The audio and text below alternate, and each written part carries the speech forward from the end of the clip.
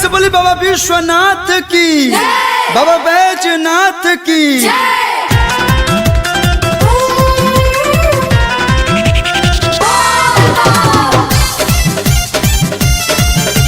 ए सखी का सखी, अरे लॉकडाउन में बाबा के दर्शन कई बड़ा मुश्किल बा हो। हाँ, हमरा खातिर नहीं थे। तू काहे हो? फल गइल भूखल सखी सावन सोमारी, दोनों बेरा जाइले हम भोला के दुआरी। फल गइल भूखल हमार सावन सोमारी, दोनों बेरा जाइले हम भोला के दुआरी। शादी भइल बा तत्काल हो,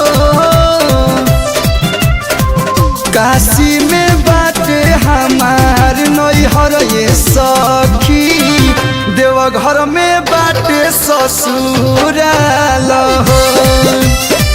काशी में बाटे हमार नैहर ये सखी, देवघर में बाटे ससुराल हो।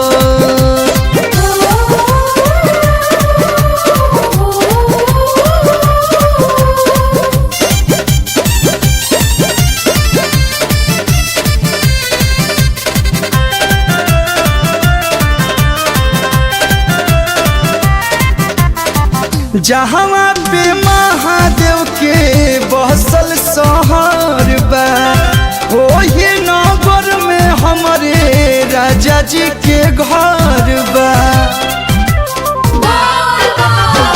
जहाँ पे महादेव के बसल शहर बा, ओही नगर में हमारे सैया जी के घर बा।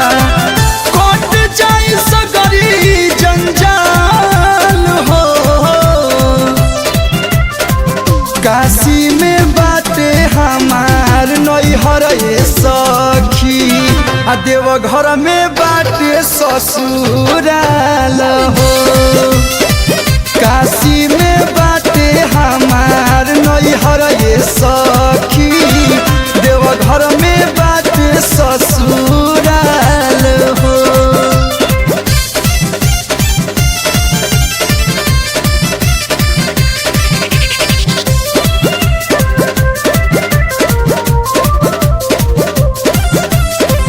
चढ़ते सामान करम शिव के अरतिया, गंगा जल चढ़ाइब संगे बेलावा के पतिया। चढ़ते सामान करब शिव के अरतिया, गंगा जल चढ़ाइब संगे बेलावा के पतिया।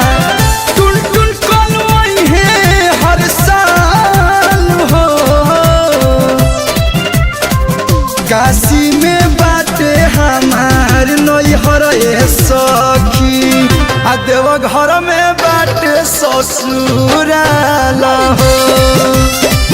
एक जगह बाबा विश्वनाथ